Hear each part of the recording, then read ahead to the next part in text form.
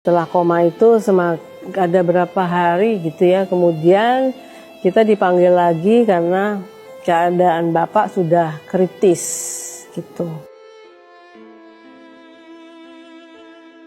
Nah, waktu sudah kritis itu ya saya sudah berpikir bahwa agaknya ini akhir daripada Bapak gitu. Jadi waktu kita kumpul gitu, ya tinggal menyaksikan beliau mulai dicabut-cabut alat bantunya gitu.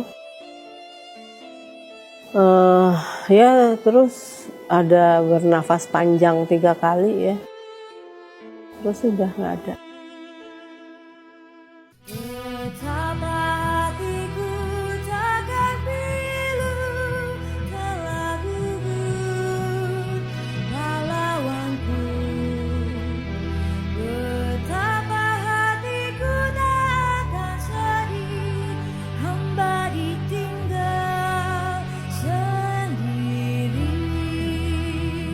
Siapakah kini pelipur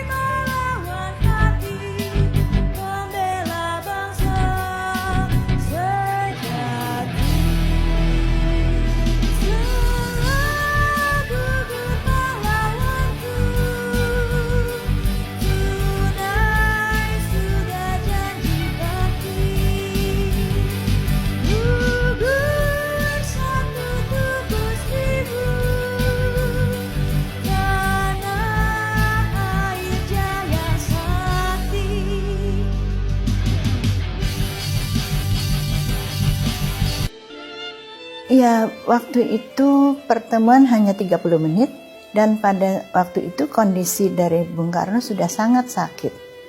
Saya bersyukur bahwa Bung Hatta waktu datang ke membesuk Bung Karno, menjenguk Bung Karno itu, beliau masih sadar, ya, sehingga waktu melihat ayah saya, Bung Karno langsung memandang dan juga keluar air mata. Jadi beliau berbaring di bantal kan, dan air matanya keluar dari matanya karena berbaring, jadi jatuh ke bantal itu lewat mata, lewat bagian atas pipi. Dan Bung Hatta melihat tangan Bung Karno yang sudah bengkak di sini juga, dan memijit, tapi bukan memijat seperti tukang pijat, bukan, karena beliau sudah terlalu bengkak, jadi hanya membelai-belai begitu ya. Bung Karno menanyakan "Hoe met jou?" artinya apa kabar gitu dalam bahasa Belanda, karena mereka terbiasa berbahasa Belanda. Beliau melihat Bung Karno dengan kondisi seperti itu, mengatakan, "No, bagaimana kabarmu?" gitu. Terus Bung Karno menjawab, "Hoe met jou?" gitu. Nah, jadi saya mengingat bahwa Bung Karno meminta kacamata kepada suster yang berada di situ untuk bisa melihat Bung Hatta lebih jelas lagi gitu, dan air mata juga keluar. Tapi beliau sudah terlalu sakit untuk berbicara banyak, jadi hanya hati berdua, hati yang berbicara. Nah ini saya kira suatu, mungkin dua-duanya mengenang suatu proses panjang dari perjuangan memerdekakan Indonesia yang itu sangat spektakuler kan, tidak setiap orang kan bisa melakukan itu, apalagi yang berdua sebagai proklamator, mungkin satu-satunya di muka bumi ini.